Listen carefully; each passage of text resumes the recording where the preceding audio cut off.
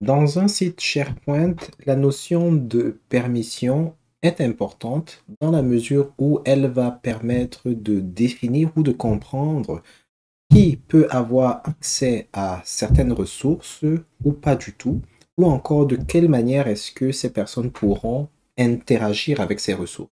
Quand je parle de ressources, je peux parler du site web tout entier.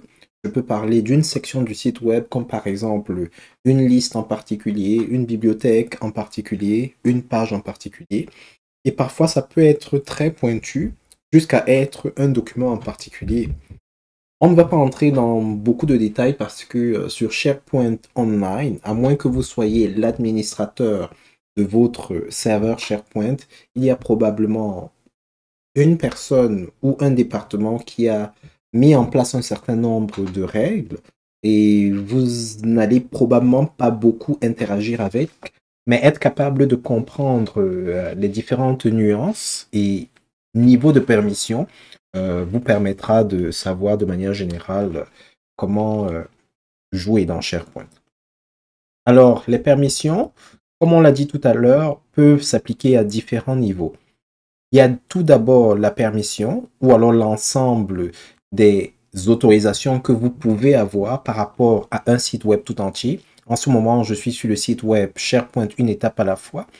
Il y a des gens qui, même si on leur donne l'URL, ne pourront pas accéder à ce site web-ci parce qu'ils n'en auront pas du tout le privilège. Il y a d'autres personnes qui, même si elles y accèdent, ne pourront pas, par exemple, visualiser les fichiers qui sont là ou bien interagir avec ou les télécharger. Certains pourront télécharger les fichiers et modifier le contenu. D'autres pourront faire toutes ces informations-là, mais ne seront pas capables, par exemple, de modifier la navigation, de créer les bibliothèques de documents. Certains pourront créer des choses, mais ne seront pas capables de les supprimer. Si on veut aller vraiment très loin, vous pouvez supprimer parfois certains objets, peut-être des fichiers, mais vous ne pouvez pas accéder à la corbeille pour les restaurer ou les supprimer davantage, etc. Ça peut devenir extrêmement compliqué.